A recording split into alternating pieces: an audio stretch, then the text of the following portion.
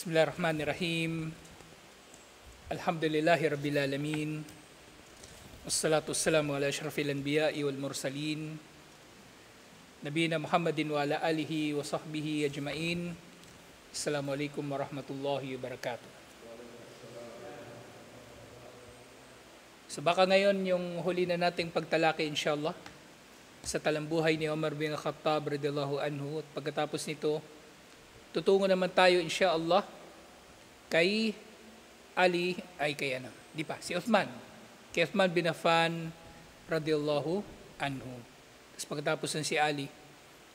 Pero maganda masingit na rin natin siguro sama natin si Al-Hasan inshallah para matalakay natin yung kabuuan ng khilafa ng Khulafa ur-Rashidin, ang khilafatun nubuwah, ang khilafa na naayon sa manhaj ni Propeta Muhammad sallallahu alaihi wasallam. So ngayon inshallah, ibadatuhu wa ijtihaduhu, ang pagsamba ni Umar bin Khattab radhiyallahu anhu at ang kanyang pagsusumikap, ang kanyang pagpupunyagi. Iniulat ni Sa'id bin al-Musayyib, si Sa'id bin al-Musayyib, tabi'in, at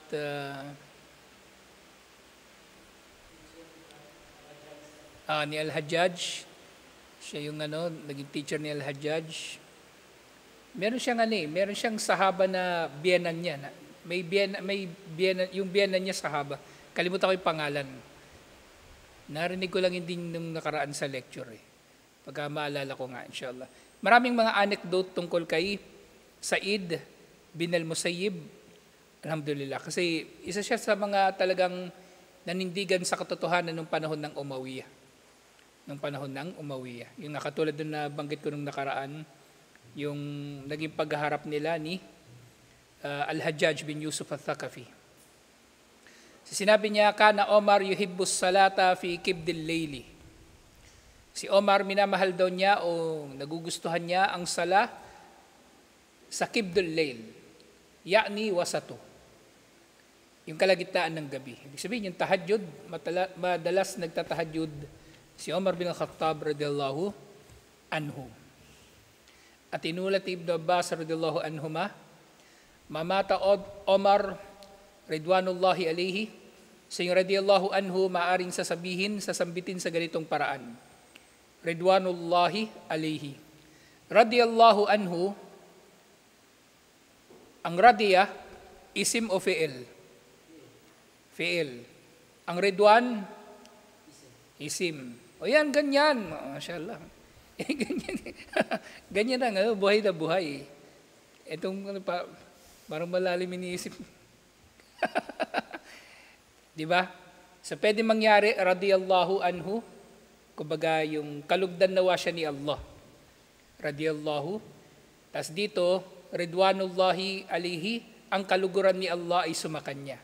Kita niyo yung pinagkaiba ng meaning. Radiyallahu anhu, kalugdan nawa siya ni Allah.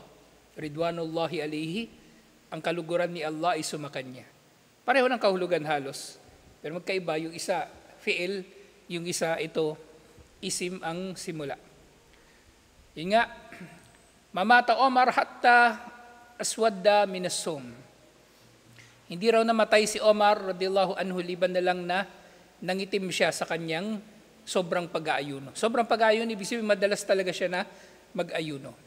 At naiulat nga na si Umar bin Khattab radhiyallahu anhu, inilalarawan yung kanyang physical na itsura.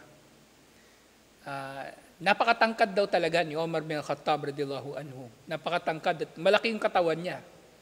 Malaki yung kanyang katawan. Yung depiction doon sa Omar series na may wrestling, di ba, doon sa umpisa ng Omar series, ginagawa niya talaga yun. Yung nga lang, yung actor doon sa Omar series, hindi naman malaki yung katawan o matangkad masyado. Pero matangkad talaga si Omar bin Khattab radhiyallahu anhu. Nung kanyang pagtanda, yung kulay niya na medyo pula, medyo maputi kasi siya at mapula yung balat niya, kumbaga. Ganun siya inilalarawan. Nangitim siya sa sobra niyang pag-aayuno.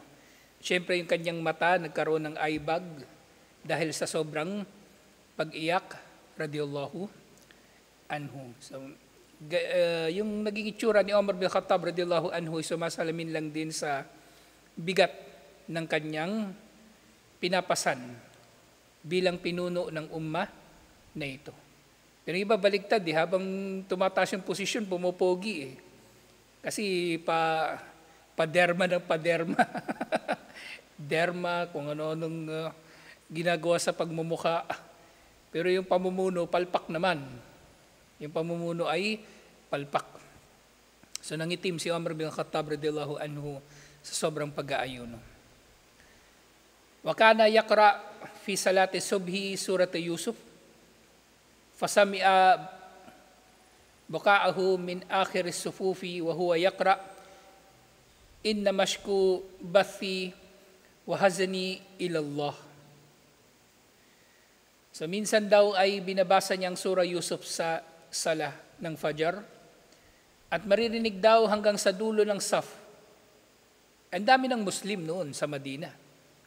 Kung halimbawa yung saf noon, gaano kalaki yung masjid at puno yung masjid ng mga tao, hanggang sa dulo naririnig nila ang iyak ni Umar bin Khattab radhiyallahu anhu. Wala pang speaker noon. Binabasa niya yung aya, ako ay nagrereklamo lamang ng aking paghihirap at ng aking kalungkutan kay Allah. Kaya lang ako nagrereklamo. Kaya lang ako dumadaing ng aking kalungkutan at paghihirap.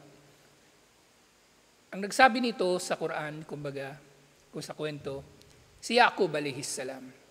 Kasi kinuha na rin pati yung kanyang isa pang anak, si Binyamin. Pero syempre, sa mga panahon na yun, gumugulong na yung pakana ni Yusuf alayhis salam para makuha niya yung kanyang pamilya at mapatira sila doon sa Egypt. Kasi hindi niya magagawa na kumbaga mapapunta sila doon basta-basta. So gumawa si Yusuf ng paraan, alhamdulillah. So si Yusuf alayhis salam, bukod sa gwapo, matalino rin talaga si Yusuf alayhis salam. At actually kung sa pagiging gwapo, actually sa salitang Kastila ang gwapo Ang gwapo talaga, ang literal na kahulugan ng gwapo, mukhang matalino. Yun. Not necessarily gwapo na matangos ang ilong o maganda yung hugis ng mukha. Kapag mukha kang matalino, dun tatawagin kang gwapo. Hindi mo kailangan maging matangos ang ilong mo. Pero, kumbaga, yun ang konteksto ng gwapo. Kung yung macho, sa wikang Kastila, kumbaga, ang pinupuri doon yung kisig ng katawan. Yung gwapo, ang pinupuri doon, hindi actually yung mukha. Yung talino na nababanaag sa mukha ng taong gwapo. Yun siya. Sa sumunod na babanggit, ito na nga, yung kamatayan ni Umar bin Khattab radhiyallahu anhu bilang shahid. So ito, iniulat ni Ibn Kathir rahimahullah, inna Umar lamma faraga min al-hajji sanata 23 wa kana ma'ahu ummuhat al-mu'minin wa nazala bil abtah da'a Allah azza wa jalla wa syaka ilayhi annahu qad kabarat sinnahu. Nang matapos daw sila ng Hajj, nung ika-23 na taon pagkatapos ng Hijrah,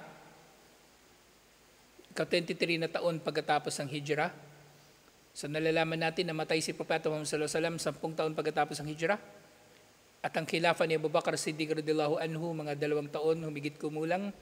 So malapit na talaga siyang mamatay sa panahon na ito. So pagkatapos daw ng Hajj, kasama niya doon sa Hajj na yon yung mga asawa ni Propeta Muhammad sallallahu alaihi wasallam, yung ummuhatul mu'minin. At nang bumaba siya sa isang lambak doon sa Makkah, nanalangin siya kay Allah. Wa syaka ilayhi annahu qad kaburat sinnuhu. Dumadaing siya kay Allah na tumatanda na siya. Wada'ufat quwwatuhu, at naging mahina na ang kanyang dating lakas. Wantasharat ra'iyatuhu, at lumaganap na ang kanyang pananagutan. Wa khafa min at-taksir, at kinatatakutan niya na siya ay magkukulang sa kanyang pananagutan. Ito yung opening ng Omar series. 'Di ba? Pero doon sa eksena doon, nagtatawaf sila. Diba? Yung dinuduan niya doon, ito yung nababanggit doon. So meron yung batayan. Ito, yung naiulat na ito ni Ibn Kathir. Pero Hindi ito iniulat na nangyari doon sa Kaaba habang nagtatawaf. Kasi habang nagtatawaf, pwede ka rin naman magdua. So posible na nangyari rin naman talaga yung bagay na. Pero yung mga salita doon na sinabi doon sa Omar series sa umpisa, di ba? Nagtatawaf siya. Galing yun dito. Wasa'alallaha an yakbidahu ilayhi. At hiniling na niya kay Allah na kunin na siya. Kunin na siya ni Allah. Wa an yamunna alayhi bisyahadati fi baladin nabi sallallahu alaihi wasallam. At hiniling niya na siya ay maging shahid sa lungsod ni Propeta Muhammad sallallahu alaihi wasallam. Kama thabita fi sahih, katulad ng naiulat sa mga sahih na hadith, annahu yaqul, sinasabi niya, Allahumma inni as'aluka shahadatan fi sabilik. O Allah, tunay na ako ay humihiling sa iyo ng shahada, pagiging martir sa iyong landas. Wa mautan fi baladi rasulik, at kamatayan sa lungsod ng iyong propeta. Na sa totoo niyan, yun nga, isa ito sa mga karama ni Omar bin Khattab radhiyallahu anhu. Wala namang jihad sa Madina. Walang jihad sa Madina at walang panganib doon na kumbaga mamamatay siya sa landas ni Allah, kumbaga nasasala kayong kalaban. Pero fastajaballahu lahu hadad du'a. Pero tinugon ni Allah para sa kanya ang panalangin na ito. Wa jama'alahu baina hadainil amrin. At tinupad ni Allah ang dalawang hiling niya na ito. Mamamatay siya sa Madina at mamamatay siya doon bilang shahid. Wa hada azizun jiddan. So itong bagay na ito ay kumbaga kung iisipin ng tao, mahirap na mangyari. Mahirap na mangyari. Pero si Allah, walakin Allah latifun bima yasha'u tabaraka wa ta'ala. Pero si Allah, siya ay mabait, siya ay mabuti sa sino mang nanaisin niya. Wa fi sabihatil arbi'a min Dhul-Hijjah. So nga pagkatapos ng Hajj, sa umaga ng Wednesday, ito na Fajr ng Wednesday, tu'ina wa huwa qa'imun yusalli fil mihrab. Sinaksak daw si Omar bin Khattab radhiyallahu anhu habang siya ay nagsasala sa mihrab. Yun nga, nag-iimam siya. Yung mihrab, yan, yung pwesto na yan ng imam. Nandun siya. Doon siya mismo sinaksak. Ta'anahu Abu Lu'lu'a Fayruz al-Majusi al-Asl. Sinaksak daw siya di Abu Lu'lu'a Fayruz al-Majusi. Bikanjarin data tarafain. So sinaksak daw siya ni Abu Lu'lu'a sa pamagitan daw ng khanjar, isang uri ng kutsilyo na mayroong dalawang talim. So yung talim nito na dalawa, inilalarawan ito na talim magkabilaan, parang kris, ganun, parang blade na pang-ahit. O meron din naman naglalarawan, meron itong dalawang tusok. Di ba isang tusok lang usually yung kutsilyo. Pero ito may dalawang tusok. So ganun siya nauunawaan ng ilang mga tagapag-ulat nito. Fadarabahu thalatha darabat. Sinaksak siya ni Abu Lu'lu'a ng 3 ulit.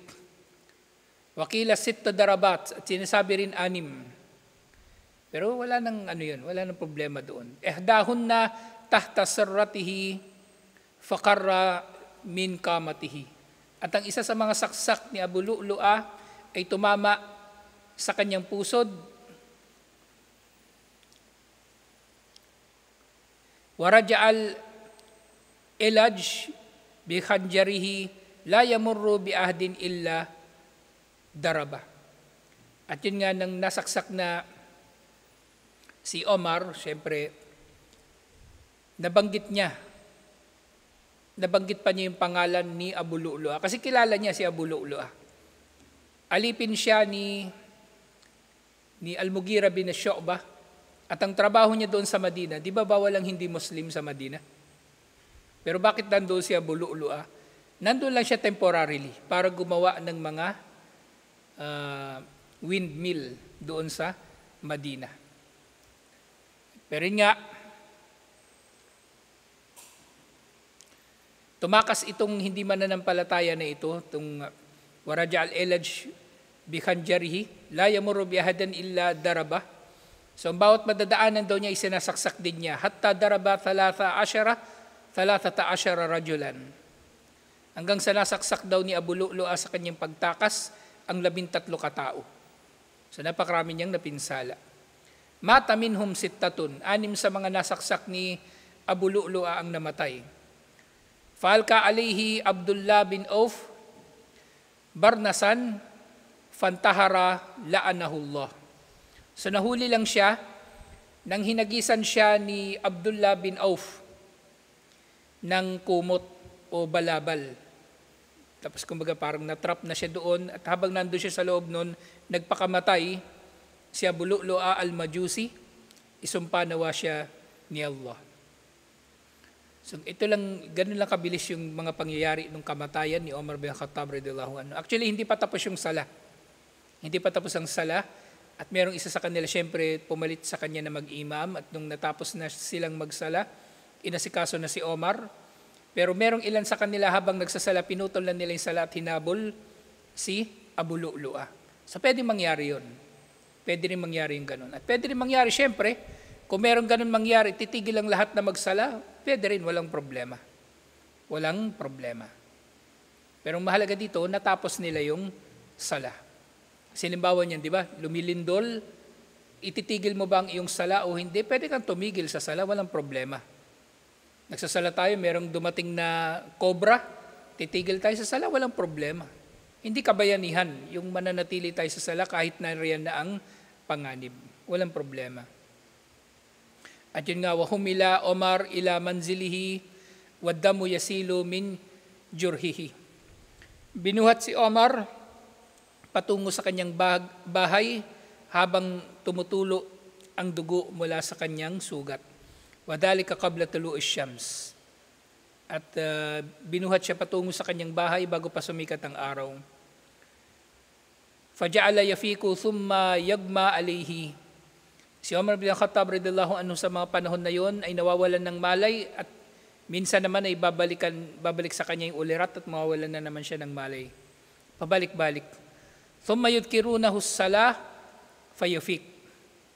At pinapaalala nila sa kanya ang sala at mawawalan siya ng malay. So dito sa ulat na ito, so maaring may hinuhan natin, kumbaga yung pinapaalala sa kanya na sala, yung sala ng Fajr na hindi niya natapos. Yung sala na lang niya. O maaari rin namang, kumbaga, yung mga tao, pinapaalalahanan siya na, kumbaga, tapusin pa yung sala kasama yung mga tao, mag-imam. Pero yun nga, sa kalagayan na ito, malinaw na dito na nadala nga siya sa kanyang bahay at ang pinaalala sa kanya ay ang sarili niyang sala. Kumbaga, natapusin niya. Wa yaqulu na'am la hadda fil islami liman tarakaha. At yun nga sabi ni Omar, walang bahagi sa Islam ang sino mang umiiwan sa sala. So pinalalahanan siya ng mga tao tungkol sa sala. Alhamdulillah, at ito ang kanyang naging tugon. Walamma hadara gushiya alayhi wa ra'suhu bil ard. At nang naghihingalo na nga si Omar bin Khattab radhiyallahu anhu, nawalan siya ng malay at ang kanyang ulo ay kumbaga sandal sa lupa. Sa lupa lang siya ihiniga. Fawada ibnahu Abdullah ra'sahu fi hajrihi. At ang anak niya si Abdullah bin Omar, inilagay niya ang ulo ni Omar sa isang bato. Kumbaga ginawa itong unan. Pero yung hajar kasi dito, ano ba yung nilagay ko translation? O bato nga. Yung ginawang unan yung bato. Pero nung nagkamalay si Omar, falamma afaka, at nang nagkamalay siya, qala lahu, da' ra'si alal ard. Ilagay daw ang kanyang ulo sa lupa, fafaal. At ginawa nga nila ito. Famasaha kadayhu biturabi thumma qala, wailun li Omar, wailun li Omar. At nung nagkamalay nga siya, pinahiran niya ng lupa, yung kanyang 2 pisngi. At sinabi niya, kasawian kay Omar, kasawian kay Omar. Wailul li ummi Omar illam yagfirillahu li Omar. Kasawian kay Omar kung hindi siya patatawarin ni Allah. So si Omar, nag-aalala siya na baka hindi siya patawarin ni Allah. Sa kabila ng dami niya ng ginawa na mabuti at pag-iwas niya sa mga kasalanan. Paano pa kaya tayo? Kung si Omar bin Khattab radiyallahu anhu nag-aalala, mas dapat mag-aalala tayo. Kaya palagi kong binabanggit sa inyo, dito pa lang sa mundo, tiyakin na natin na wala tayong pananagutan. Na bayad natin lahat ng anumang pananagutan natin, inshallah. Utang o trabaho, dapat nagawa natin ng maayos. Mga ipinangako, kailangan matupad. Yung mga pananagutan natin sa mga tao, sa pamilya natin, sa ibang tao. So dapat yun ay matutupad. Kasi kung hindi, isisingilin nyo ni Allah. Tutuusin nyo ni Allah. At yun nga, sa lahat ng mga gawain, kumbaga, palagi kong inuulit, walang saysay ang anumang mabubuti nating gawa. Hanggat meron tayong kasalanan na hindi natin napagbabayaran o pananagutan na hindi natin napagbabayaran. Kasi bago ka papasok sa paraiso, kailangan dalisay ka muna. Kaya ngayong tao na maraming pananagutan, maantala siya sa araw ng paghuhukom. Mahaba yung kanyang araw ng paghuhukom o yung paghuhukom para sa kanya dahil sa kanyang mga pananagutan. Dahil sa kanyang mga pananagutan. Kaya dapat dito pa lang sa mundo, malinaw na. Malinaw na. Na nabayaran mo yung utang mo o kung ano-ano pa na wala ka ng pananagutan. Kung meron man, mga bagay na nakalimutan mo na lang o mga bagay na, kumbaga, nawala sa isip mo, na pwede ka naman mapaumanhinan, inshallah, kung ganun nga. Pero yung taong may utang tapos sinasadyang makalimot o kaya may utang, iniisip niya, hindi na lang magbabayad dito, bad trip ako dito eh. O kaya, hindi ko na babayaran utang ko rito, tatablahin ko na to. Hindi yun sapat na dahilan para hindi ka magbayad ng utang. Bawa, si Torno, bad trip kay Manong, isipin niya, hindi ko na babayaran yan, hindi ko naman type yan eh. Hindi yun katanggap-tanggap na dahilan. Ang utang ay utang. Yung shahid nga, di ba? Sisingilin sa utang. Paano pa kaya hindi naman shahid? Yun ay napakatinding pananagutan na dulot ng kamangmangan. Kaya dapat tayo, yun nga, kaya natin tinitingnan yung talambuhay ng mga sahaba radhiyallahu anhum, tumitigas ang puso natin eh. Araw-araw kasama natin kuffar, araw-araw kasama natin makasalanan, araw-araw kasama natin mandurugas. Tumitigas ang puso natin eh. Pero kapag naaalala natin itong mga tao na ito, mashallah, lumalambot ang puso natin, inshallah. At yung nga nang namatay si Omar, falamma mata baka Sa'id bin Zaid. Nang namatay si Omar, naiyak daw si Sa'id bin Zaid bin Amr bin Nufail. Ito na yung lagi kong kinukwento sa inyo. Yung anak ni Zaid bin Amr bin Nufail. Si Zaid bin Amr bin Nufail, actually, yung tatay ni Omar at si Zaid bin Amr bin Nufail, magpinsan sila. Magpinsan. So pamangkin ni Omar si Sa'id bin Zaid na, kumbaga, hindi, pinsan pala. Malayong pinsan ni Omar bin Khattab at si Sa'id bin Zaid din, asawa ng kanyang kapatid na si Fatima. Siya yung nandun sa Omar series na di ba pinuntahan niya yung bahay ng kapatid niya si Fatima, tapos merong asawa yung kapatid niya na nasuntok niya. Yun si Sa'id bin Zaid. At yung kasama nilang isa pa, si Khabbab bin al-Arat, na isa sa mga sahaba na pinaka matindi ang dinanas sa kalupitan sa kamay ng Quraysh. So naiyak daw si Sa'id bin Zaid. At sabi niya, o sinabi sa kanya, faqila lahu, ma yubkik, bakit ka umiiyak?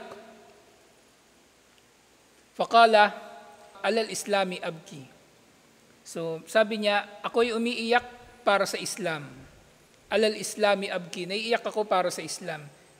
Innahu bimauti Omar, thalimal islamu, thalmatan, la tartaki ila yawmil qiyamah. Dahil tunay na sa kamatayan ni Omar, ay nagkaroon ang Islam ng peklat o ng lamat na hindi na mapupunan o maayos hanggang sa araw ng paghuhukom. At yung nga katulad dito ng sinabi ni Abdullah bin Mas'ud radhiyallahu anhu na naging marangal ang Islam at ang mga Muslim na nagmuslim si Omar, at ito ay dahan-dahan ding bumagsak nang napatay si Omar bin Khattab radhiyallahu anhu. So ganyan kalaki ang ginampanan ni Omar bin Khattab radhiyallahu anhu sa umma na ito. Hindi tayo nagmamalabis sa kanya. Kinikilala lang natin ang tamang pagkilala, ang mga nagawa niya syempre sa gabay ni Allah subhanahu wa ta'ala. Na ito yung dulo na, alhamdulillah, ng pagtalakay natin sa talambuhay ni Omar bin Khattab radhiyallahu anhu. Sa susunod inshallah, matatalakay na natin yung talambuhay naman ni Uthman bin Affan radhiyallahu anhu. At yun nga, sa panahon na ito, namatay na ang pinto ng fitna, pinto na humaharang sa fitna. Di ba tinatalakay natin dun sa Al-Qiyamatus Sugra, dun sa iniulat ni Hudayfa bin al-Yaman, na si Omar bin Khattab radhiyallahu anhu ang pinto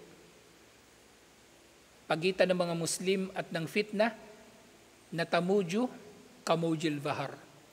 Si Omar bin Khattab radhiyallahu anhu ang harang sa pagitan ng mga Muslim at ng mga fitna na umaalon katulad ng pag-alon ng dagat. Kaya hindi na nakakapagtaka na sa panahon ni Uthman bin Affan radhiyallahu anhu, maraming futuhat, maraming tagumpay ang mga Muslim, pero nariyan na yung mga kalaban na kumikilos din laban sa Islam at sa mga Muslim. Na dito sa panahon ni Uthman bin Affan radhiyallahu anhu, dito na lumabas yung Khawarij, dito na rin lumabas ang Shia, at syempre iba't iba pang mga